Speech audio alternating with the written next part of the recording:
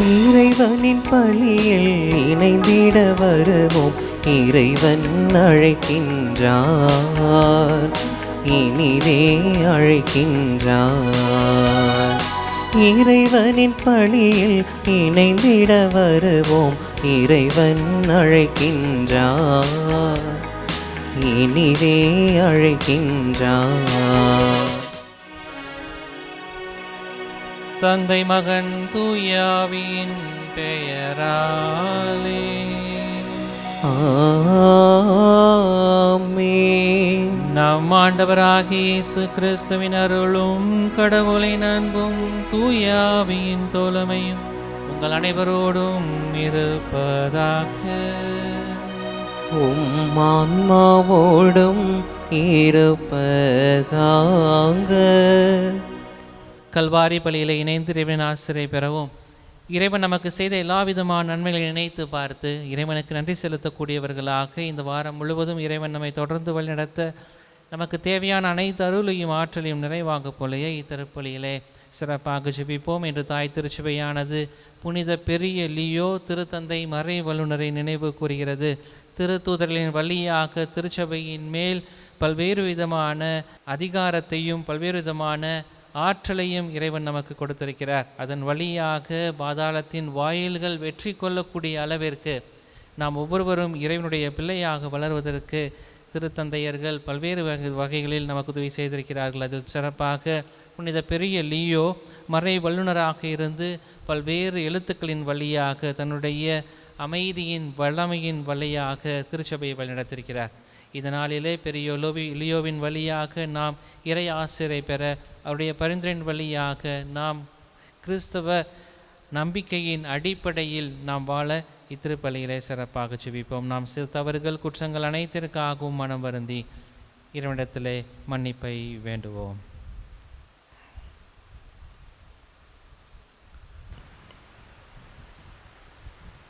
எல்லாம் வல்ல இறைவனிடமும் சகோதர சகோதரிகளை உங்களிடமும் நான் பாவி என ஏற்றுக்கொள்கின்றேன். ஏனெனில் என் சிந்தனையாலும் சொல்லாலும் செயலாலும் கடமையில் தவறியதாலும் பாவங்கள் பல செய்தேன். என் பாவமே என் பாவமே என் பெரும் பாவமே. ஆகையால் எப்போதும் கன்னியான புனித மரியாவையும் வான தூதர் புனிதர் அனைவரையும் சகோதர சகோதரிகளே உங்களையும் நம் இறைவனாகிய ஆண்டவரிடம் எனக்காக வேண்டிக் கொள்ள மன்றாடுகின்றேன். இயலாமல்ல இறைவன் நம்மீது இரக்கம் வைத்து நம் பாவங்கள் அனைத்தையும் மன்னித்து நம்மை நிறைவான மகிழ்ச்சியான வாழ்வுக்கு அழைத்துச் செல்வாராக. ஆமீன்.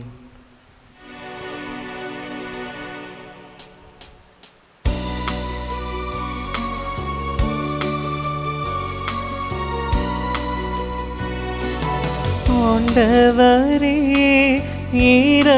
இரக்கமாயிரும். ஆண்டவரே இரக்கமாயிரும். கிறிஸ்துவே கிறிஸ்துவே இரக்கமாயிரும். கிறிஸ்துவே கிறிஸ்துவே இரக்கமாயிரும். ஆண்டவரே இரக்கமாயிரும்.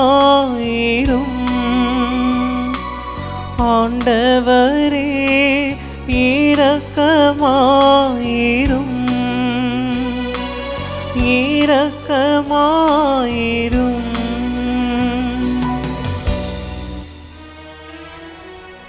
மன்றாடுவோமாக. இறைவா, திருத்தூதர்கள் என்னும் பாறையின் மீது உறுதியாக கட்டப்பட்டு உமது திரு அவையின் மேல் பாதாளத்தின் வாயில்கள் வெற்றி கொள்ள ஒருபோதும் நீர் அனுமதித்ததில்லை. இவ்வாறு தந்தை புனித பெரிய லியோவின் பரிந்துரையால் உமது திரு அவை உண்மையில் நிலைத்து நின்று நீடித்த அமைதியில் வளமை பெற செய்தருள்வீராக. உம்மோடு தூயாவியானவரின் ஒன்றிப்பில் இறைவனாய் என்றென்றும் வாழ்ந்து ஆட்சி செய்கின்றவர் வழியாக உம்மை மன்றாடுகின்றோம்.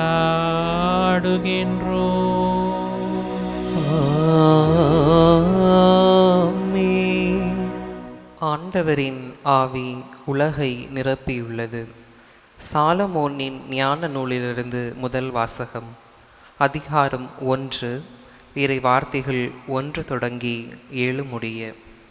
மண்ணுலகை ஆள்பவர்களே, நீதியின் மேல் அன்பு செலுத்துங்கள். நன்மனத்துடன் ஆண்டவரை பற்றி நினைத்திடுங்கள். நேர்மையான உள்ளத்துடன் அவரை தேடுங்கள். அவரை சோதியாதோர் அவரை கண்டடைகின்றனர். அவரை நம்புவோருக்கு அவர் தம்மை வெளிப்படுத்துகின்றார். நெறிகெட்ட எண்ணம் மனிதரை கடவுளிடமிருந்து பிரித்துவிடும். அவரது ஆற்றல் சோதிக்கப்படும் பொழுது அது அறிவிரிகளை அடையாளம் காட்டிவிடும். வஞ்சனை நிறைந்த ஆன்மாவில் ஞானம் நுழைவதில்லை. பாவத்திற்கு அடிமையான உடலில் ஞானம் குடிகொள்வதில்லை. நற்பயிற்சி பெற்ற உள்ளம் வஞ்சனை நின்று விலகியோடும். அறிவற்ற எண்ணங்களை விட்டு அகலும். அநீதி அணுகுகையில் அது நாணி ஒதுங்கும். ஞானம் மனித நேயமுள்ள ஆவி ஆயினும் இறைவனை பழிப்போரை அது தண்டியாமல் விடாது. கடவுள் அவர்களுடைய உள்ளுணர்வுகளின் சாட்சி. உள்ளதை உள்ளவாறு உற்று நோக்குபவர். நாவின் சொற்களை கேட்பவரும் அவரே. ஆண்டவரின் ஆவி உலகை நிரப்பியுள்ளது. அனைத்தையும் ஒருங்கிணைக்கும் அந்த ஆவி ஒவ்வொருவருக்கும் சொல்லையும் அறிகின்றது. ஆண்டவர் வழங்கும் அருள்வாக்கு. இறைவனுக்கு நன்றி. பதிலுரை பாடல். திருப்பாடல் 139. பல்லவி. என்றும் உள்ள வழியில் என்னை நடத்தும் ஆண்டவரே.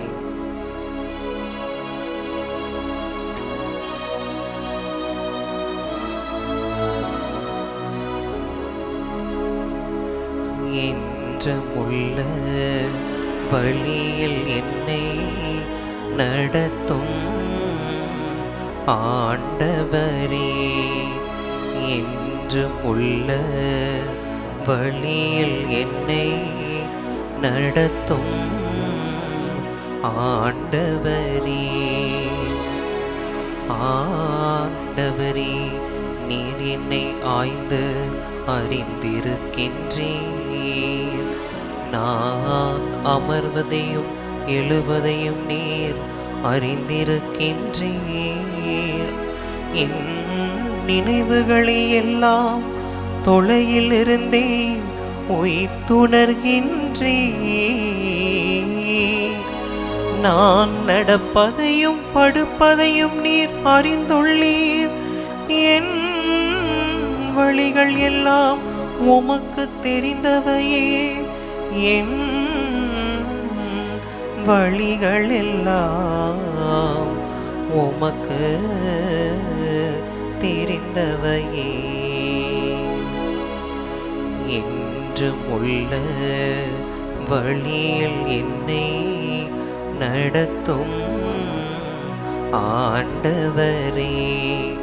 என்றும் உள்ள வழியில் என்னை நடத்தும் ஆண்டவரே. ஆண்டவரே, என் வாயில் சொல் உருவாகும் முன்பே அதை முற்றிலும் அறிந்திருக்கின்றேன். எனக்கு முன்னும் பின்னும் என்னை சூழ்ந்து இருக்கின்றேன். உமது கையால் என்னை பற்றி பிடிக்கின்றேன். என்னை பற்றியவும் அறிவு எனக்கும் மிகவும் வியப்பாய் உள்ளது. அது உன்னதமானது, என் அறிவுக்கு எட்டாதது. அது உன்னதமானது, என் அறிவுக்கு எட்டாதது. என்றும் உள்ள வழியில் என்னை நடத்தும் ஆண்டவரே. என்றும் உள்ள வழியில் என்னை நடத்தும் ஆண்டவரே.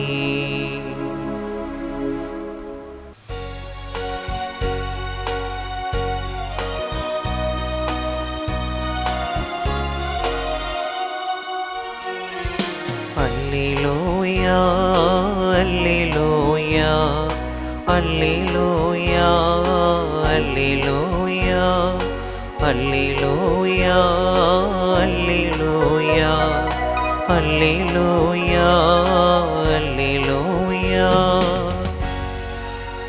வாழ்வின் வார்த்தையை பற்றிக் கொள்ளுங்கள், உலகில் ஒளிரும் சுடர்களாக துலங்குவீர்கள். அல்லேலூயா அல்லேலூயா அல்லேலூயா அல்லேலூயா அல்லேலூயா. ஆண்டவர் உங்களோடு இருப்பாராக. உம் ஆன்மாவோடும் இருப்பாராக. லூக்கா எழுதின செய்தியிலிருந்து வாசகம். ஆண்டவரே மாட்சி உமக்கே. அதிகாரம் 17 வசனங்கள் 1 முதல் 6 வரை. அக்காலத்தில் இயேசு தம் சீடரை நோக்கி கூறியது: பாவச் சோதனை வருவதை தவிர்க்க முடியாது, ஆனால் ஐயோ அதற்கு காரணமாய் இருப்பவர்களுக்கு கேடு. அவர் இச்சிறியோருள் எவரையாவது பாவத்தில் விழ செய்வதை விட அவ்வாறு செய்பவரது கழுத்தில் ஒரு எந்திரக்கல்லை கட்டி அவரை கடலில் தள்ளிவிடுவது அவருக்கு நல்லது. எனவே நீங்கள் எச்சரிக்கையாயிருங்கள். உங்களுடைய சகோதர சகோதரிகளுள் ஒருவர் பாவம் செய்தால் அவரை கடிந்து கொள்ளுங்கள். அவர் மனமாறினால் அவரை மன்னியுங்கள். ஒரே நாளில் அவர் 7 முறை எதிராக பாவம் செய்து 7 முறையும் உங்களிடம் திரும்பி வந்து நான் மனம் மாறிவிட்டேன் என்று சொல்வாரானால் அவரை மன்னித்து விடுங்கள். திருத்தூதர்கள் ஆண்டவரிடம் எங்கள் நம்பிக்கையை மிகுதியாக்கும் என்று கேட்டார்கள். அதற்கு ஆண்டவர் கூறியது: கடுகளவு நம்பிக்கை உங்களுக்கு இருந்தால் நீங்கள் இந்த காட்டு அத்திமரத்தை நோக்கி நீ வேரோடு பெயர்ந்து போய் கடலில் வேரூன்றி நில் என கூறினால் அது உங்களுக்கு கீழ்ப்படியும் என்றார்.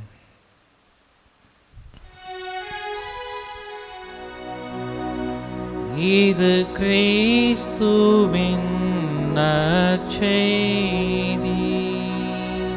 கிறிஸ்துவே உமக்கு புகழ்.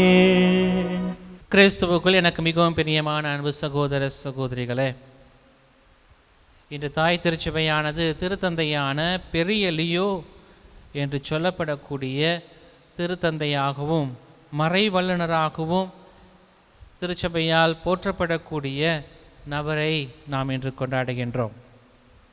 மரபு வரலாற்றிலே ஒரு மிக பெரிய மாற்றத்தை ஏற்படுத்திய தந்தை அவர்களை தான் நாம் பெரிய என்கின்ற ஒரு வார்த்தையை கொண்டு நாம் பயன்படுத்துகிறோம். திருத்தந்தையாக இருந்த 3 திருத்தந்தையர்களில் மட்டும்தான் இந்த பெரிய என்கின்ற ஒரு பெயரை நாம் பயன்படுத்தக்கூடிய நிலையில் திருச்சபை இருக்கிறது. The Leo the great, Gregory the great, Nicholas the great என்று சொல்லி இந்த 3 நபர்களை தான் திருச்சபை பெரிய என்று சொல்லி அவர்களை போற்றக்கூடிய நிலைக்கு இருக்கிறது. 5ஆம் நூற்றாண்டிலே வாழ்ந்த தந்தையர்களுள் சிறந்த தந்தையாக இந்த 21ஆம் திருத்தந்தை லியோ, பெரிய திருத்தந்தை, பெரிய லியோ என்று சொல்லப்படக்கூடிய நபரை நாம் இன்று நினைவு கூறுகிறோம். வசதியான ஒரு ரொமானிய குடும்பத்தில் பிறந்த இவர் திருத்தொண்டராக 2 திருத்தந்தையர்களுக்கு இறையலாளராகவும் நிர்வாகியாகவும் செயல்பட்டிருக்கிறார். தியோலோஜியன் அண்ட் ஆல்சோ அட்மினிஸ்ட்ரேட்டர். திருச்சபையின் பல கோட்பாடுகளை பக்குவமாக மக்களுக்கு எடுத்து சொல்லக்கூடிய ஒரு நபராக இவர் இருந்திருக்கிறார். இயேசு இறைத்தன்மையும் மனிதத்தன்மையும் முழுமையாக கொண்டவர் என்று சொல்லி கவுன்சில் வழியாக, சங்கத்தின் வழியாக மக்களுக்கு கடவுளுடைய நிலையை எடுத்துரைக்கக்கூடியவராக இருந்தார். நவம்பர் மாதம் 10ஆம் தேதி 461 ஆண்டிலே அவர் இறக்கிறார். இவர் விசுவாசத்தின் வீரராக, மகத்தான நடைமுறை ஞானம் கொண்ட மனிதராக, த ப்ராக்டிக்கல் நாலேஜ் அல்லது ப்ராக்டிக்கல் விஸ்டம் என்று சொல்வார்கள், நடைமுறை ஞானத்தை கொண்ட ஒரு மனிதராக இவர் செயல்பட்டு கொண்டிருந்தார். ஆதாரம் இல்லாத விசுவாசம் இல்லை, எதிரி இல்லாத போட்டி இல்லை, மோதல் இல்லாத வெற்றி இல்லை என்பதைப் போல நமது கிறிஸ்தவ வாழ்வு போராட்டங்களும் பயங்களும் சோதனைகளும் வேதனைகளுக்கும் மத்தியில் நாம் விசுவாசத்தோடு நாம் வாழக்கூடிய மனிதர்களாக நம்மை நாம் உருமாற்றி கொள்ளக்கூடியவர்களாக இருக்க வேண்டும் என்று சொல்லி திருச்சபைக்கு ஒரு ஆழமான கருத்தை விட்டு சென்றவர். இன்று கிறிஸ்தவ வாழ்வை நாம் வாழ்ந்து கொண்டிருக்கிறோம். நமக்கு பல்வேறு விதமான சோதனைகள், பல்வேறு விதமான வேதனைகள், அதுவும் இந்த 4ஆம் 5ஆம் நூற்றாண்டுகளிலே கிறிஸ்துவை பின்பற்ற வேண்டும் என்றால் பல்வேறு விதமான போராட்டங்களும் வேதனைகளும் துன்பங்களும் இருந்த ஒரு சூழ்நிலையில் இவள் திருத்தந்தையாக இருந்தபோது விசுவாசத்தை அடிப்படையாக கொண்ட ஒரு திருச்சபையை உருவாக்க இவர் பல்வேறு விதமான பணிகளை செய்யக்கூடியவராக இருந்தார். இன்றைய முதல் வாசகத்திலே சாலமோன் ஞான நூலிலே 1ஆம் அதிகாரம் இறைவசனங்கள் 1 முதல் 7 வரை நாம் வாசிக்கின்றோம். இதயத்தில் நேர்மையும் நீதியிலும் இறைவனை தேடுவதன் அவசியத்தை இந்த வாசகம் நமக்கு அழகாக சுட்டி காட்டுகிறது. வீட்டில் டைம் கிடைக்கிறப்ப இந்த முதல் வாசகத்தை எடுத்து நிறுத்தி வாசிச்சு பாருங்க. கடவுளை நாம் பின்பற்ற வேண்டும் என்றால் எப்படிப்பட்ட ஒரு ஞானத்தை நாம் பெற்றிருக்க வேண்டும் என்று சொல்லி அழகாக இந்த வாசகம் நமக்கு கூறுகிறது. கடவுளை நீ பின்பற்ற வேண்டும் என்றால் எப்படிப்பட்ட ஒரு வாழ்க்கை முறையை நீ பின்பற்ற வேண்டும், எப்படிப்பட்ட ஞானத்தை இறைவன் உனக்கு தந்திருக்கிறார். நீ ஞானத்தோடு இருக்கிற போது எந்த ஒரு தீங்கையும் நீ செய்ய மாட்டாய், பிறரையும் செய்வதற்கு தூண்ட மாட்டாய். அப்படிதான் அச்சுதலையும் இயேசு சொல்லக்கூடியவராக இருக்கிறார். பாவ சோதனை என்பது தவிர்க்க முடியாத ஒன்று. இன்னைக்கு நான் பாவமே செய்யலை அப்படின்னு சொல்கிறது இன்னைக்கு நடைமுறைக்கு ஒத்து வராத ஒரு காரியம். ஆனால் பாவ சோதனை வருவதை தவிர்க்க முடியாது, இயேசு சொல்கிறாரு. ஆனால் ஐயோ கேடு, அந்த பாவத்தை செய்வதற்கு பிறரை தூண்டுகிறவனுக்கு ஐயோ கேடு என்று சொல்கிறார். இன்னைக்கு நம்ம பாவம் செய்கிறோம். பாவம் செய்வது என்பது தவிர்க்க முடியாத ஒன்று. அதுக்காக பாவம் செஞ்சுக்கிட்டே இருக்கணும்னு இயேசு சொல்லலை. மாரணம் நன்றாக புரிந்து கொண்டோம் என்றால், நீ பிறரை பாவத்தில் விழாமல் இருப்பதற்கு என்ன செய்ய முடியுமோ அதை செய். பிறரை பாவத்தில் விழக்கூடிய காரியங்களை நீ செய்கிற போது உனக்கு ஐயோ கேடு என்று சொல்கிறார். அதை தான் இன்றைய முதல் வாசகம் ஞானத்தின் வழியாக நாம் கடவுளை இன்னும் அதிகமாக இன்னும் நெருக்கமாக பின்பற்றுவது எப்படி என்கின்ற ஒரு அழகான சிந்தனையை இன்றைய முதல் வாசகம் நமக்கு சுட்டி காட்டக்கூடியதாக இருக்கிறது. ஒரு கட்டட தொழிலாளி, முதலாளி அல்லது கட்டட நிறுவனர், இன்ஜினியர்னு சொல்லுவாங்கள்ல, ஜோசப் என்கின்ற நபர் ஒரு புத்திசாலியான ஒரு இன்ஜினியராக அல்லது தொழிலதிபராக மாறிக்கொண்டிருக்கிறார். காரணம், அவர் கட்டக்கூடிய எல்லா விதமான கட்டடங்களும் மிகவும் செழிப்பாக மிகவும் அழகாக இருக்கக்கூடிய ஒரு சூழலில் இருந்து கொண்டிருக்கிறது. இந்த ஜோசப்கிட்ட ஒரு எட்வர்டுன்னு ஒரு நபர் அசிஸ்டண்ட்டாக இருக்கார். இந்த எட்வர்ட் பார்க்குறாரு, ஜோசப் இப்படி வளர்ந்துக்கிட்டு இருக்காரே, நம்மளோட முயற்சினால தான் வளர்றாரு, நம்ம இன்னும் அதிகமான சிந்தனைகளை அவர் கொடுத்து இன்னும் வளர்ப்போம் அப்படின்னு சொல்லிட்டு ஒரு மிகப்பெரிய ஒரு பணி வருது. ஒரு மிகப்பெரிய கட்டடத்தை அவர்கள் கட்ட வேண்டும். அந்த கட்டடத்தை கட்டுவதற்கு அதிக லாபம் இவர்களுக்கு வேண்டும் என்று சொல்லி எதிர்பார்த்த இந்த எட்வர்ட் இவருடைய உதவியாளர், ஜோசப்புடைய உதவியாளர் ஜோசப்கிட்ட போய், நம்ம இந்த கட்டடத்தை கட்டுறப்ப இந்த உள்ளே வைக்கிற இரும்பி கம்பி எல்லாத்தையும் குறைந்த விலையில் வாங்கி வச்சோம்னா நமக்கு அதிக லாபம் கிடைக்கும். அதிக லாபம் கிடைக்கிறப்ப நம்ம அதிகமான சம்பளத்தை நம்முடைய ஊழியர்களுக்கு தரலாம் அப்படின்னு சொல்லி ஒரு தவறான ஒரு சிந்தனையை ஜோசப்புக்கு எட்வர்ட் தராரு. இது எட்வர்ட் ஜோசப் கேட்டுகிட்டே இருந்துட்டு ஜோசப் பொறுமையாக சொல்கிறாரு, நீ சொல்கிறது நல்ல யோசனையாக தான் தெரியுது, ஆனால் நம்முடைய பெயர் கெட்டுவிடும், நம்முடைய பெயர் கெட்டுவிடும் என்று சொல்கிறார். இந்த எட்வர்ட், அதெல்லாம் நீ வருத்தப்படாதீங்க, பில்டிங் தானே கட்டுறோம், நம்ம பில்டிங் கட்டுறப்ப நம்ம உள்ளே இருக்கிற கம்பியெல்லாம் யார் பார்க்க போகிறா, அதனால் ஒன்றும் பிரச்சனை வராது நமக்கு அப்படின்னு சொல்லி மீண்டும் மீண்டும் எட்வர்ட் தூண்டி கொண்டே இருக்கிறார். அப்போ ஜோசப் சொல்கிறார், இல்லை, இனிமேட்டுக்கு நீ எனக்கு உதவியாளராக இருப்பதற்கு அல்லது எனக்கு அசிஸ்டண்ட்டாக இருக்கிறதுக்கு உனக்கு தகுதி இல்லை, பேசாமல் நீ போயிடு அப்படின்னு சொல்கிறார். உடனே எட்வர்ட் கோவத்தில் போயிடுறார், வெளியில் போய் இன்னும் நிறையா சம்பாதிக்கணும்னு சொல்லிட்டு தவறான செயல்பாடுகளை கொண்டு கட்டடங்களை எல்லாம் கட்டக்கூடியவராக இருக்கிறார். ஜோசப்புக்கு நிகராக மாறக்கூடியவராக இருக்கிறார். ஒரு மிகப்பெரிய ஒரு புயல் வருகிறது. அந்த இடத்துல ஒரு மிகப்பெரிய புயல் வருகிறது. எட்வர்ட் கட்டின எல்லா பில்டிங் இடிஞ்சு விழுந்துருச்சு. ஜோசப் கட்டின எல்லா பில்டிங்கும் ஸ்ட்ராங்காக இருக்குது. இதை மக்கள் பார்க்கிறார்கள். மக்கள் பார்க்குறாங்க, அந்த இடத்துல ஜோசப் கட்டின பில்டிங்கெல்லாம் ஸ்ட்ராங்காக இருக்குது அப்படின்னா அவர் உண்மையான ஞானத்தோடு செயல்பட்டிருக்கிறார், நேர்மையோடு அவர் வாழ்ந்திருக்கிறார் என்று சொல்லி அவரை பாராட்டக்கூடிய சூழலுக்கு அந்த மக்கள் எல்லோரும் தள்ளப்படுகிறார்கள். இதுதான் இயேசு சொல்கிறார், சோதனை வருவது தவிர்க்க முடியாது, ஆனால் ஐயோ அதற்கு காரணமாயிருப்பவர்களுக்கு கேடு. அதுதான் இன்றைய முதல் வாசகம் நமக்கு சுட்டி காட்டுகிறது. எல்லா ஞானத்தையும் அறிவையும் நாம் கடவுளின் வழியாக பெறக்கூடியவர்களாக இருக்கிறோம் என்று நமக்கு சொல்லப்படுகிறது. இந்த உண்மையான ஞானம் 2 தூண்களை கொண்டுள்ளது. ஒன்று, உண்மையான ஞானம் என்பது நேர்மைக்கான ஒரு அழைப்பு. இந்த முதல் வாசகத்திலே நீதியை நேசி, இதயத்தின் நேர்மையுடன் அவரை தேடு, இதயத்தின் நேர்மையுடன் அவரை தேடு. இன்னைக்கு நம்ம நினச்சிக்கிட்டோம் அறிவு அல்லது புத்திசாலித்தனம் என்பது நம்முடைய அறிவை மையப்படுத்தியதாக இருக்கிறது என்று நினைத்து கொண்டிருக்கிறோம். ஆனால் நம்முடைய புத்திசாலித்தனம் என்பது நம்முடைய குணத்தின் அடிப்படையில் ஆனது. இன்றைக்கி நான் காப்பி அடித்து எக்ஸாமில் பாஸ் ஆகிட்டே வரேன் அப்படின்னா, நான் படித்து முடித்ததுக்கு அப்புறமேட்டுக்கு என்னுடைய பணி எப்படிப்பட்டதாக இருக்கும்? எந்த விதமான பயனுமற்றதாக இருக்கும். ஆனால் நான் உண்மையாக படித்து என்னுடைய தேர்வுகளை எழுதுகிறேன் என்றால் நான் நன்கு அறிந்து படித்து புரிந்து செயல்படக்கூடியவனாக இருக்கிறேன். அது என்னுடைய குணத்தை வெளிப்படுத்தக்கூடியதாக இருக்கிறது. ஞானத்தை நாம் புரிந்து கொள்ளக்கூடியவர்களாக இருக்க வேண்டும்.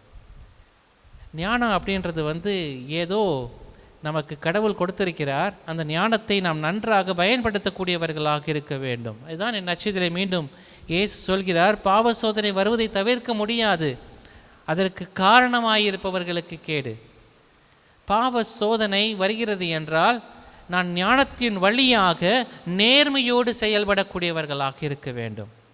ஞானம் என்பது அறிந்து கொள்ள நமக்கு உதவுகிறது. நம்ம தவறான வழியில் ஒருத்தர் கூட்டிகிட்டு போனால் கூட ஞானம் வழியாக நாம் நம்முடைய குணத்தை ஒருபோது மாற்றிக்கொள்வதில்லை. இந்த ஜோசப்பும் எட்வர்டும் போல ஜோசப் ஞானத்தோடு செயல்படக்கூடியவராக இருந்தார், புத்திசாலித்தனத்தை கொண்டிருந்தார். அவர் குணத்தை தன்னுடைய செயல்பாடுகள் வழியாக வெளிப்படுத்தக்கூடியவராக இருந்தார். காரணம், எட்வர்ட் எவ்வளோ சொல்லியும் காசு நிறையா கிடைக்கும், நம்ம ஊழியர்கள்லாம் அதிக சம்பளம் தரலாம், என்னென்னவோ சொல்கிறாரு. ஆனால் எட்வர்ட் சொன்னதை ஜோசப் கேட்கல. காரணம், அவர் ஞானத்தோடு செயல்படக்கூடியவராக இருந்தார். இதுதான் நம்முடைய விவிலியத்திலே சாலமோனுடைய ஞான நூலும் அழகாக நமக்கு சுட்டி காட்டுகிறது. சாலமோனுடைய ஞான நூல் நாம் வாசிக்கின்ற போது ஞானத்தை தேடக்கூடிய மனிதர்களாக நாம் இருக்கிறோம். ஞானத்தை நாம் தேடிக்கொண்டிருக்கிற போது நாம் கடவுளின் பிள்ளைகளாக மாறக்கூடியவர்களாக இருக்கிறோம். கடவுளின் பிள்ளைகளாக நாம் மாறுகிறோம். சாலமோன் நமக்கு நல்லா தெரியும். சாலமோன் எல்லா ஞானத்தையும் அறிவையும் பெற்றிருந்தார். ஆனால் அவருக்கு பாவ சோதனை வந்தது, நமக்கு தெரியும். அவரை விட்டு வைக்கவில்லை, அந்த பாவம் அவரை விட்டு வைக்கவில்லை. கடவுளின் திட்டத்திற்கு எதிராக அவர் செயல்படக்கூடியவராக இருந்தார். நாடுகளை பிரிக்கக்கூடியவராக இருந்தார். வேற்று தெய்வங்களை அவர் வழிபடுவதற்கு அந்த மக்களுக்கு உதவி செய்யக்கூடியவராக இருந்தார். தனக்கு தானே ஒரு எதிரை அவர் ஏற்படுத்தி கொள்ளக்கூடிய ஒரு சூழ்நிலைக்கு அவர் தள்ளப்பட்டார். ஆனால் ஒரு கட்டத்தில் ஞானம் அவரை வழிநடத்தக்கூடியதாக இருந்தது. நெறிக்கட்ட எண்ண மனிதரிடம் கடவுளிடமிருந்து பிரித்துவிடும். நாம் நெறிக்கட்ட எண்ணத்தை கொண்டிருக்கிற போது கடவுளுடைய ஞானம் அல்லது கடவுளிடமிருந்து நம்மை பிரித்து கொள்ளக்கூடியவர்களாக இருக்கிறோம். ஆற்றலும் சோதிக்கப்படும் போது அது அறிவியலிகளின் அடையாளமாக கட்டிவிடப்படும். இதுதான் சாலமோன் ஞான நூல் 1 அதிகாரம் 1 வசனங்கள் 3 நமக்கு சுட்டி காட்டுகிறது. கடவுளுக்கு எதிராக செல்கிறோம் என்றால் நாம் நெறிக்கட்ட மனிதர்களாக மாறக்கூடியவர்களாக இருக்கிறோம். சாலமோனின் ஞானம் நேர்மைக்கான ஒரு அழைப்பை தரக்கூடியதாக இருந்தது. சாலமோன் அந்த ஞானத்தின் வழியாக மீண்டும் நேர்மையான மனிதராக வாழக்கூடிய ஒரு நிலைக்கு அவர் தள்ளப்படக்கூடியவராக இருக்கிறார். வஞ்சனை நிறைந்த ஆன்மாவில் ஞானம் நுழைவதில்லை. வஞ்சனம் நிறைந்த ஆன்மாவின் வழியாக ஆன்மா நுழைவதில்லை, ஞானம் நுழைவதில்லை. பாவத்திற்கு அடிமையான உடலில் ஞானம் குடிக்கொள்வதில்லை. சாலமோன் ஞானம் அதிகாரம் 3 வசனங்கள் 4 இன்றைய முதல் வாசகம். இன்றைய முதல் வாசகத்தை நல்லா வாசித்து பாருங்கள், வீட்டில் பொறுமையாக வாசித்து பாருங்கள், உங்களுக்கு நிறையா தெரியும். ஒரு வாளியில் சேறு நிரம்பி இருக்கு, அதில் தண்ணி ஊற்றிங்கன்னா நிற்குமா? நம்ம பாவத்தால் நிறைந்திருக்கிற போது அதில் என்ன நல்ல காரியம் போனாலும் நிரம்ப முடியாது. அதுதான் இன்றைய முதல் வாசகம் சொல்லிடுது, வஞ்சனை நிறைந்த ஆன்மாவில் ஆன்மா நுழைய முடியாது. பாவத்திற்கு அடிமையான உடலில் ஞானம் குடிக்கொள்வது இல்லை. அந்த சேத்தெல்லாம் எடுத்து வெளியில் போட்டாதான், நம்முடைய பாவங்களை எல்லாம் எடுத்து வெளியில் போட்டாதான் புண்ணியத்தை நம்ம நிரப்ப முடியும். அந்த சேத்தெல்லாம் எடுத்து வெளியில் போட்டாதான், வலையிலேருந்து வெளியே எடுத்து போட்டாதான் தண்ணியால், நல்ல தண்ணியால் நிரப்ப முடியும். பாவம் செய்ய தூண்டுவோர் உள்ளத்தில் ஞானம் இருப்பதில்லை. ஞானம் எதை சுட்டி காட்டுகிறது? நேர்மைக்கான ஒரு அழைப்பை தருகிறது. அதுதான் இந்த ஜோசப் எட்வர்ட் கதையில் நமக்கு தெரியுது. ஜோசப் நேர்மையாக இருக்கிறாரு. அவருக்கு என்ன பாவம், என்ன தீமை, என்ன வந்தாலும் ஞானத்தோடு செயல்படக்கூடியவராக இருந்தார். உண்மையான ஞானம் நேர்மைக்கான ஒரு அழைப்பை நமக்கு தரக்கூடியதாக இருக்கிறது. இரண்டாவதாக, உண்மையான ஞானம் மன்னிப்பை வலுப்படுத்துகிறது. True righteousness empowers forgiveness. உண்மையான ஞானம் மன்னிப்பை வலுப்படுத்துகிறது. இன்றைய நற்செய்தியிலே ஞானத்தோடு செயல்படும் போது நமக்கு எதிராக வரக்கூடிய நபர்களை நாம் 7 முறை அவர்கள் குற்றம் செய்துவிட்டு 7 முறை நம்மிடத்தில் வந்து நான் மனம் மாறிவிட்டேன், என்னை மன்னித்து விடுங்கள் என்று சொன்னால் உண்மையான ஞானம் அவர்களை மன்னிக்க நமக்கு தூண்டும். மிகவும் கடினமான ஒன்று, பிறரை மன்னிப்பது என்பது கடினமான ஒன்று. ஆனால் ஞானத்தோடு செயல்படுகிற போது நாம் 7 முறையும் மன்னிக்கக்கூடியவர்களாக இருக்கிறோம் என்பதை தான் இயேசு நச்சின் வழியாக நமக்கு சுட்டி காட்டக்கூடியவராக இருக்கிறார். ஊதாரி மகனுடைய ஓமை நமக்கு நன்றாக தெரியும். அந்த மகன் எல்லா விதமான சொத்துக்களையும் ஏமாற்றி விட்டான். அந்த மகன் தன்னிடமிருந்து பிரித்து செல்லக்கூடியவனாக இருக்கிறான். ஆனால் அங்கு அந்த தந்தை மன்னித்து ஏற்றுக்கொள்ளக்கூடியவராக இருக்கிறார், ஞானத்தோடு செயல்படக்கூடியவராக இருக்கிறார். தனக்கு எதிராக குற்றம் செய்த போதும் மன்னித்து ஏற்றுக்கொள்ளக்கூடியகிறார்.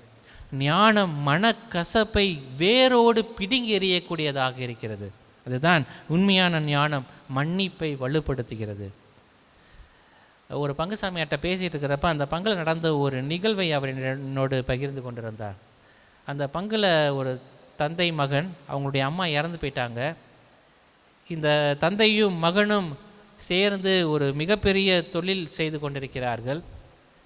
இந்த அப்பா வந்து சொல்கிறதெல்லாம் அந்த பையன் பல நேரங்களில் கேட்குறான், பல நேரங்களில் கேட்குறதில்ல. அப்பா சொல்கிறத கேட்கணுமா அப்படின்னு சொல்லிட்டு ஒரு முறை தந்தைக்கு தெரியாமல் ஒரு மிகப்பெரிய கான்ட்ராக்டை சைன் போட்டு வியாபாரத்திலே மிகப்பெரிய ஒரு நஷ்டத்தை ஏற்படுத்துகிறார். வியாபாரத்தில் ஒரு மிகப்பெரிய நஷ்டம் வந்தோன்னே அவங்க அப்பா அமைதியாக தான் இருக்காராம். ஆனால் இந்த பையனுக்கு குற்ற உணர்வு, எங்கேயோ ஓடி போயிட்டான், அங்கே சொல்லாமல் இல்லாமல் ஓடி போயிட்டான். இந்த அப்பாவுக்கு ஒரே கோபம், எப்படியாவது அந்த மகன் செய்த தவறை மன்னிக்க வேண்டும் என்று சொல்லி முயற்சி செய்கிறார். அவரால் முடியவில்லை. மிகவும் வேதனைக்குள்ளாகக்கூடியவராக இருக்கிறார். அந்த சூழ்நிலையில் அந்த பங்குசாமியார் அந்த நபரை பார்க்குறாரு, அந்த தந்தையை பார்க்குறாரு. பார்த்து பல முறை உங்கள் பையனை மன்னிச்சிடுங்க, பரவாயில்ல தெரியாமல் பண்ணிட்டான் அப்படின்னு சொன்ன போதும் அவனை நான் பார்த்தால் நான் ஒருபோதும் மன்னிக்க மாட்டேன். அவன் நல்ல வேலை என்னை விட்டு ஓடி போயிட்டான், என்கிட்ட இருந்திருந்தானா நான் மன்னிச்சிருக்கவே முடியாது ஃபாதர் அவனை அப்படின்னு சொல்லி பல முறை சொல்லியிருக்கிறார். ஆனால் இந்த நற்செய்தி பகுதியெல்லாம் அந்த பங்கு தந்தை அந்த தந்தையிடத்திலே பல முறை சொல்லியும் அவர் கேட்பதாக இல்லை. ஒரு முறை ரொம்ப உடம்பு முடியாமல் மகன் திரும்ப வீட்டுக்கு வரான். வீட்டுக்கு வரப்போ அப்பாவால் ஏற்றுக்கவே முடியல, கஷ்டப்படுறாரு. அப்போ பங்குசாமியாரும் போகிறானாங்க, போய் உங்கள் பையன் பாவம் தெரியாமல் பண்ணிட்டான், மன்னிச்சுக்கோங்க, அவர் வந்துட்டான், திரும்பியும் ஏற்றுக்கோங்கன்னு சொன்னப்பெல்லாம் ஏற்றுக்கவே இல்லை. அப்போ அந்த வீட்டுக்கு போய் பங்குசாமியார் ஒரு முறை ஜெபம் பண்ணிவிட்டு தந்தையை பார்த்து சொன்னாராம், நீங்கள் ஞானத்தை கற்றுக் கொடுத்திருக்கிறீர்கள் உங்களுடைய பிள்ளைகளுக்கு, அந்த ஞானத்தோடு செயல்படுவதற்கான ஆற்றலை அவர்களுக்கு தந்திருக்கிறீர்கள். தொழில் செஞ்சு அவன் தோற்று போயிட்டான் அப்படின்னு சொல்லி நீங்கள் பாராட்டணும் அவனை. காரணம் என்னன்னா, இன்றைக்கி பலர் கஷ்டமே படாமல் எப்படி முன்னேறலான்னு யோசிக்கிறாங்க, அல்லது கஷ்டமே படக்கூடாது, நான் முன்னேறிடணும், எந்த முயற்சி செய்யக்கூடாது, ஐயோ நான் முயற்சி தான் தோற்று போயிடுவேன், அது ஞானம் அல்ல. இன்றைக்கி நான் முயற்சி செஞ்சால் தோற்று போயிடுவேன்னு யோசிக்கிறதே ஞானத்திற்கான தகுதி அல்ல. உங்கள் பையன் செஞ்சால் தோற்றாலும் பரவாயில்ல, நம்ம நிற்கலாம் அப்படின்னு யோசிச்சுருக்கான், எங்கேயோ தப்பு செஞ்சுட்டான், மன்னிச்சிருங்க அவனை அப்படின்னு சொல்லி ஒரு அறிவுரை சொல்லிவிட்டு அவர் விட்டாராம். 2 நாள் கழித்து அப்பாவும் மகனும் சேர்ந்து பங்குக்கு வந்தாங்களாம், பங்கு தந்தையை பார்த்தாங்களாம். அப்போ பங்கு தந்தையர் சொன்னாராம், நீங்கள் சொன்னதை நான் யோசித்து பார்த்தேன் ஃபாதர், என் பையன் செஞ்சது தப்பு, ஆனால் இன்னமேட்டுக்கு அந்த தப்பை அவன் செய்ய மாட்டான், ஏன்னா அவனுக்கு உண்மையான ஞானம் இருக்கிறது. இந்த ஞானம் மன்னிப்பை கற்றுக் கொடுத்தது எனக்கு அப்படின்னு சொல்லி அவங்க அப்பா பங்கு தந்தைகிட்ட சொன்ன நிகழ்வை அந்த தந்தை என்னிடத்தில் சொல்லிவிட்டு அவர் சொன்னார், உண்மையான ஞானம் மன்னிப்பை கற்றுத்தரும், மன்னிப்பை ஊக்குவிக்கும்.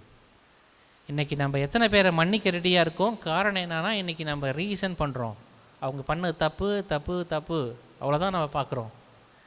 கடவுள் அதை பார்க்க சொல்லலை. கடவுள் ஞானத்தை நமக்கு கொடுத்திருக்கிறார், ஞானத்தோடு அவர்களை மன்னிக்கக்கூடியவர்களாக இருக்க வேண்டும் என்று சொல்லி நமக்கு கற்றுக் கொடுக்கிறார். ஞானத்தோடு நாம் செயல்படக்கூடியவர்களாக இருக்க வேண்டும் என்று சொல்லி நமக்கு கற்றுக் கொடுக்கிறார். ஞானம் மன்னிப்பை வலுப்படுத்தக்கூடியதாக இருக்கிறது. நாம் உண்மையான ஞானத்தோடு செயல்படுகிற போது நம்மை நேர்மையுடனும் பிறரை மன்னிக்கக்கூடிய மனப்பக்குவத்தையும் நாம் பெறக்கூடியவர்களாக இருக்கிறோம். இதுதான் இன்றைய முதல் வாசகம் நற்செய்தியும் நமக்கு சுட்டி காட்டக்கூடியதாக இருக்கிறது. உண்மையான ஞானத்தோடு நாம் செயல்படுகிற போது நாம் நேர்மையையும் பிறரை மன்னிக்கக்கூடிய மனப்பக்குவத்தையும் பெறுகிறோம். அப்படி பெறுகிற போது நாம் கடவுளுடைய பிள்ளைகளாக மாறக்கூடியவர்களாக இருக்கிறோம். இந்த தாய் திருச்சபை கொண்டாடக்கூடிய பெரிய லியோ பல்வேறு விதமான சோதனைகளுக்குள்ளாகக்கூடியவராக இருக்கிறார். காரணம் என்னன்னா, அவர் காலகட்டத்தில் அப்போ தான் கிறிஸ்தவர்கள் என்கின்ற ஒரு அங்கீகாரம் கிடைக்கின்றது. அங்கீகாரம் கிடைத்த பிறகு கிறிஸ்துவை பற்றி பல்வேறு விதமான கோட்பாடுகள் எழக்கூடியதாக இருக்கிறது. அந்த கோட்பாடுகள் எழுகிற போது பல்வேறு விதமான பிரச்சனைகளை எதிர்கொள்ளக்கூடியவராக இருக்கிறார்.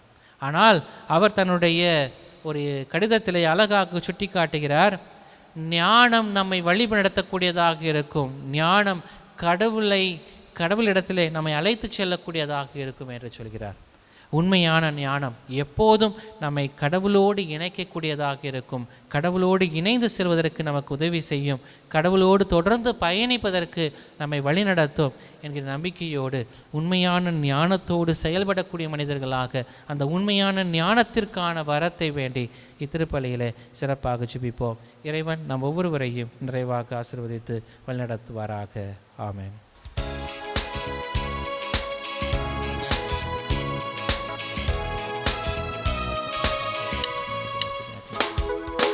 அன்பும் அருளும் பண்பும் பாசமும் எல்லாம் நீ தந்தது.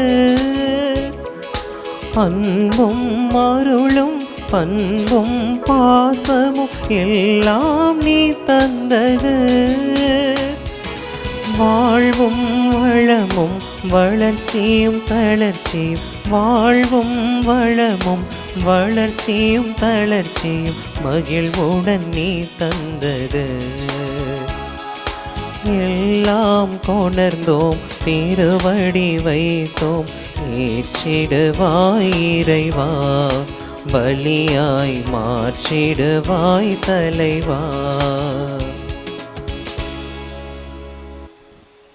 சகோதர சகோதரிகளை நாம் அனைவரும் ஒப்புக் கொடுக்கக்கூடிய இந்த கல்வாரி பலி எல்லாம் அல்ல தந்தையாக இறைவனுக்கு ஏற்றதாகும்படி ஜெபியுங்கள். ஆண்டவர் தமது பெயரின் புகழ்ச்சிக்காகவும் மாட்சிக்காகவும் நமது நன்மைக்காகவும் புனித திரு அவை அனைத்தின் நலனுக்காகவும் உமது கையிலிருந்து இப்பலியை ஏற்றுக்கொள்வாராக. ஆண்டவரே, எங்கள் காணிக்கைகளை ஏற்று உமது திரு அவையை கனிவுடன் ஒளிரச் செய்ய உம்மை வேண்டுகின்றோம். ஆதலால் உமது மந்தையின் நல்வாழ்வு எங்கும் செழித்தோங்கவும் உமது வழி நடத்துதலால் அறநெறியாளர்கள் உமது பெயருக்கு ஏற்றவர்களாக விளங்கவும் செய்வீராக. எங்கள் ஆண்டவராகிய இயேசு கிறிஸ்து வழியாக உம்மை மன்றாடுகின்றோம்.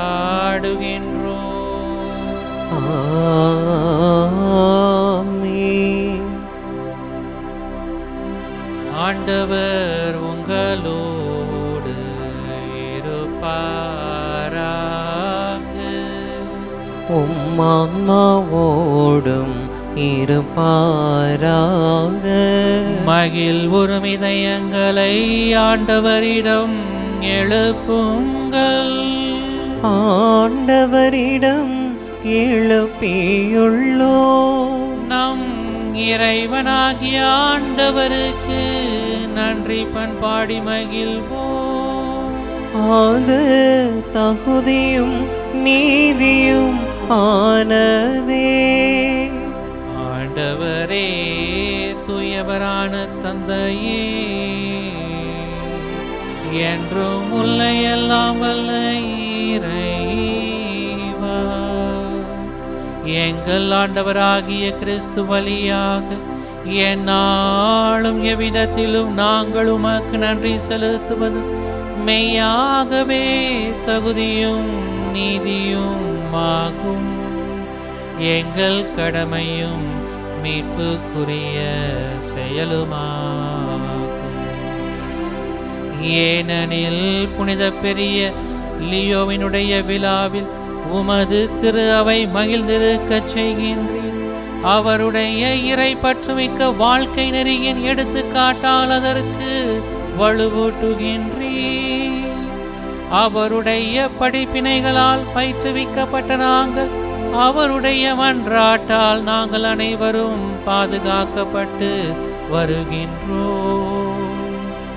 ஆகவே வானக தூதரணிகளோடும் புனிதரின் பெருந்திரளோடும் நாங்கள் அனைவரும் சேர்ந்து உமக்கு புகழ்ச்சி பண்ணி செய்து முடிவின்றி ஆர்ப்பரித்து பாடுவதாவது: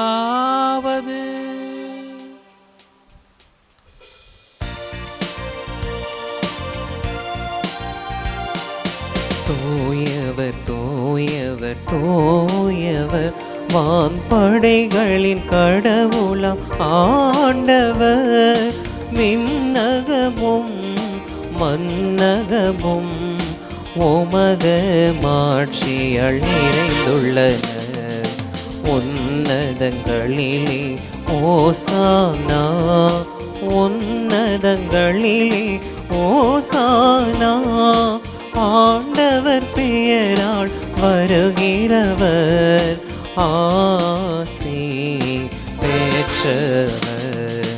உன்னதங்களிலே ஓசானா, உன்னதங்களிலே ஓசானா.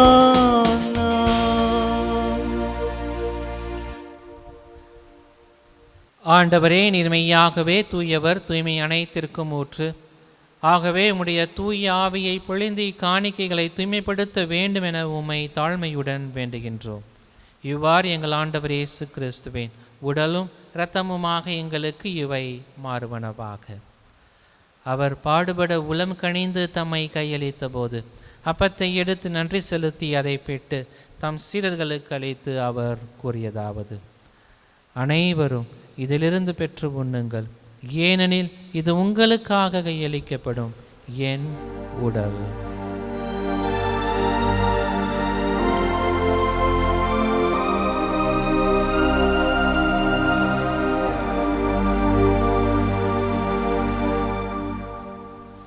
அவ்வண்ணமே இரவு விருந்தை அருந்திய பின் கிண்ணத்தையும் எடுத்து மீண்டும் உமக்கு நன்றி கூறி தம் சீடர்களுக்கு அளித்து அவர் கூறியதாவது: அனைவரும் இதிலிருந்து பெற்று பருகுங்கள், ஏனெனில் இது புதிய நிலையான உடன்படிக்கைக்குரிய என் இரத்தத்தின் கிண்ணம். இது பாவ மன்னிப்புக்கென்று உங்களுக்காகவும் பலருக்காகவும் சிந்தப்படும். இதை என் நினைவாக செய்யுங்கள்.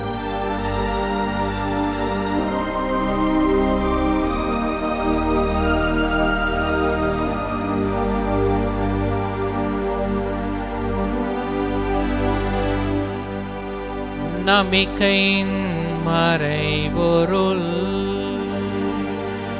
ஆண்டவரே, நீர் வருமளவும் உமது இறப்பினை அறிக்கையிடுகின்றோம், உமது உயிர்ப்பினையும் எடுத்துரைக்கின்றோம். ஆகவே ஆண்டவரே, நாங்கள் கிறிஸ்துவின் இறப்பினையும் உயிர்ப்பினையும் நினைவு கூர்ந்து வாழ்வு தர்மத்தையும் மீட்பளிக்கும் கிண்ணத்தையும் உமக்கு ஒப்புக் கொடுக்கின்றோம். உம் திருமுன் நின்று ஊழியம் புரிய தகுந்தவர்கள் என எங்களை ஏற்றுக்கொண்டீர். எனவே உமக்கு நன்றி செலுத்துகின்றோம். மேலும் கிறிஸ்துவின் உடலிலும் இரத்தத்திலும் பங்கு கொள்ளும் எங்களை தூய ஆவியானவர் ஒன்று சேர்க்க வேண்டுமென உம்மை தாழ்மையுடன் வேண்டுகின்றோம். இறைவா, உலகெங்கும் பரவியிருக்கும் அது திரு அவையை சிறப்பாக எங்களுடைய திருத்தந்தை லியோ, எங்கள் ஆயர் ஆரோக்கியராஜ், ஏனைய ஆயர்கள், திருப்பணியாளர்கள், துறவியர், பொதுநிலையினர், உமக்கு சொந்தமான மக்களாகிய அனைவரையும் அன்பிலும் விசுவாசத்திலும் உறுதி பெறச் செய்திருளும். இங்கு குடியிருக்கும் எங்கள் ஒவ்வொருவரையும் உடைய அன்பின் நிறைவை அடைய செய்திருளும். மேலும் உயிர் தெழுவோம் என்கின்ற எதிர்நோக்கோடு துவில் கொள்ளும் எங்கள் சகோதர சகோதரிகளையும் இறந்தோர் அனைவரையும் இரக்கத்துடன் நினைவு கூர்ந்து உமது திருமுக ஒளியினுள் ஏற்றருளும். எங்கள் அனைவர் மீதும் இரக்கமாயிரும். கடவுளின் கன்னித்தாயான மாட்சிமிக்க மரியாள், அவருடைய அன்பு கணவரான புனித யோசேப்பு, புனித திருத்தூதர்கள், மறை சாட்சியர், புனித பெரியலியோ, இவ்வுலகில் உகந்தவராய் வாழ்ந்த புனிதர் அனைவருடனும் நாங்கள் நிலை வாழ்வில் தோழமை கொண்டு உம் திருமகனேசு கிறிஸ்து வழியாக உம்மை புகழ்ந்தேத்தும் வரமருள உம்மை மன்றாடுகின்றோம்.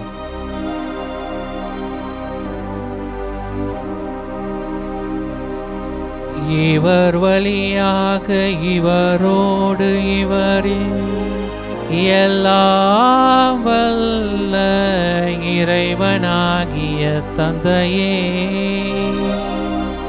தூய ஆவியாரின் ஒன்றைப்பில் எல்லா புகழும் மாட்சியும் என்றென்றும் உமக்கு உரியதே. ஆமீன், ஆமீன், ஆமீன்.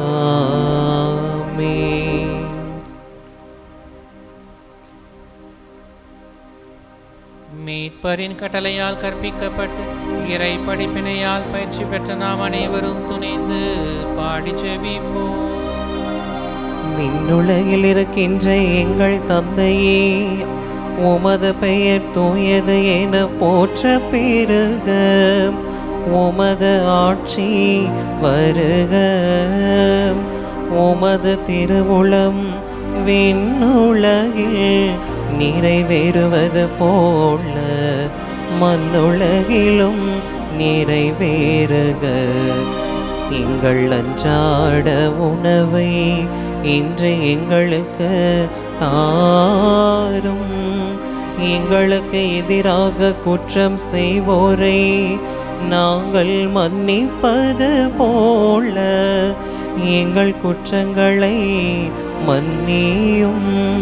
எங்களை சோதனைக்கு உட்படுத்தாதேயும், தீமையில் இருந்து எங்களை விடுவித்தருளும். ஆண்டவரே, தீமைகள் அனைத்திலும் இருந்தும் எங்களை விடுவித்து எங்கள் வாழ்நாளில் அமைதியை கனிவுடன் உம்மை மன்றாடுகின்றோம். உமது இரக்கத்தின் உதவியால் நாங்கள் பாவங்களே போதும் இருந்து விடுதலை பெற்று யாதொரு கலக்கமுமின்றி நலமாயிருப்போமாக. நாங்கள் நம்பியிருக்கும் பேரின்ப நல்வாழ்வையும் எமீட்பராக இயேசு கிறிஸ்துவின் வருகையையும் மகிழ்ச்சியுடன் எதிர்பார்த்திருக்கின்றோம். ஏனெனில் ஆட்சியும் வல்லமையும் மாட்சியும் என்றென்றும் உமதே. ஆண்டவராகிய இயேசு கிறிஸ்துவே, அமைதியை உங்களுக்கு விட்டுச் செல்கிறேன், என் அமைதியையே உங்களுக்கு அளிக்கிறேன் என்று திருத்தூதர்களுக்கு மொழிந்தீரே.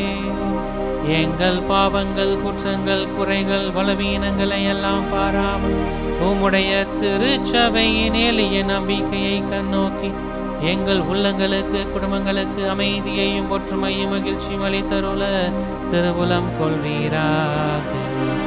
என்றென்றும் வாழ்ந்து ஆட்சி செய்கின்றவர் நீரே. ஆமென். ஆண்டவருடைய சமாதானம் உங்களோடு என்றும் இருப்பதாக. உம் ஆன்மாவோடும் இருப்பதாக. ஒருவருக்கொருவர் உறவின் வாழ்த்தை பகிர்ந்து மகிழ்வோம். உலகின் பாவங்களை போக்கும் இறைவனின் செம்மறியே, எங்கள் மேல் இரக்கமாயிரும். உலகின் பாவங்களை போக்கும் இறைவனின் செம்மறியே, எங்கள் மேல் இரக்கமாயிரும். உலகின் பாவங்களை போக்கும் இறைவனின் செம்மறியே, எங்களுக்கு அமைதியை அளித்தருளும். இதோ இறைவனின் செம்மறி, இவரே உலகின் பாவங்களை போக்குகிறவர். இந்த செம்மறியின் திருவிருந்துக்கு அழைக்க பெற்ற நாம் அனைவரும் பேறு பெற்றோர். ஆண்டவரே, நீர் நிலத்தில் எழுந்தருள நான் தகுதியற்றவன். ஆனால் ஒரு வார்த்தை மட்டும் சொல்லியருளும், எனது ஆன்மா நலமடையும். கிறிஸ்துவின் திருளும் துரத்தும் அமைக்க. ஆசை திருவிருந்துக்கான மன்றாட்டு. ஆண்டவரே, நீர் என் இல்லத்தில் எழுந்தருள நான் தகுதியற்றவள். ஆனால் ஒரு வார்த்தை மட்டும் சொல்லியருளும் என்று நூற்றுவர் தலைவன் ஜெபித்தது போல நாங்களும் இப்போது உம் திருப்பாதம் பணிந்து வேண்டுகிறோம். இனிய இயேசுவே, நாங்கள் தகுதியற்றவர்களாய் இருந்தாலும் எங்கள் தகுதியின்மையை பாராமல் நீர் எங்கள் உள்ளங்களில் எழுந்து வாரும். உம் அன்பிலும் அருளிலும் நாங்கள் நிலைத்திருக்க எம்முள் எழுந்து வாரும். நன்மை செய்வதில் ஆர்வமுள்ளவர்களாய் தீமைகள் அனைத்திலிருந்தும் விடுதலை பெற்றவர்களாய் வாழவும் எங்களை வழிநடத்த வாரும். எல்லா நலன்களாலும் வளங்களாலும் எங்களை நிரப்ப வாரும். ஆமென். நன்றியோடு மன்றாடுவோமாக. ஆண்டவரே, புனித உணவால் ஊட்டம் பெற்ற உமது திரு அவையை நீரே உளம் கனிந்து வழிநடத்த உம்மை வேண்டுகின்றோம். ஆதலால் அது உமது ஆற்றலால் நெறிப்படுத்தப்பட்டு உரிமை வாழ்வின் வளர்ச்சி பெறவும் சமய வாழ்வில் உறுதியுடன் நிலைத்து நிற்கவும் செய்வீராக. எங்கள் ஆண்டவராகிய இயேசு கிறிஸ்து வழியாக உம்மை மன்றாடுகின்றோம்.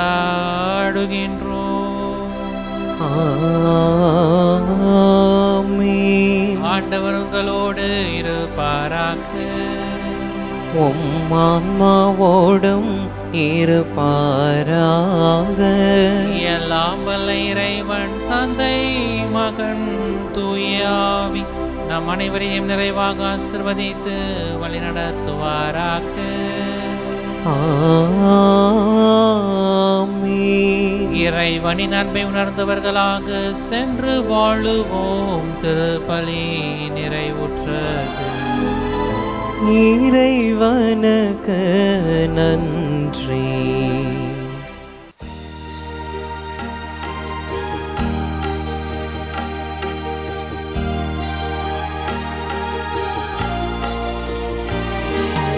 துன்பத்தில் வாடும் மக்கள் ஆயிரமாயிரமாய், துன்பத்தில் வாடும் மக்கள் ஆயிரமாயிரமாய், கண்ணீர் கனவாய் நின்ற உம்மையாம் கெஞ்சுகின்றோம். கண்ணீர் கனவாய் நின்ற உம்மையாம் கெஞ்சுகிறோம். சதாசகாயமாதாம் சத்திய தேவதாயே, நின் மக்கள் எங்களுக்காய் மன்றாட வேண்டும் அம்மா.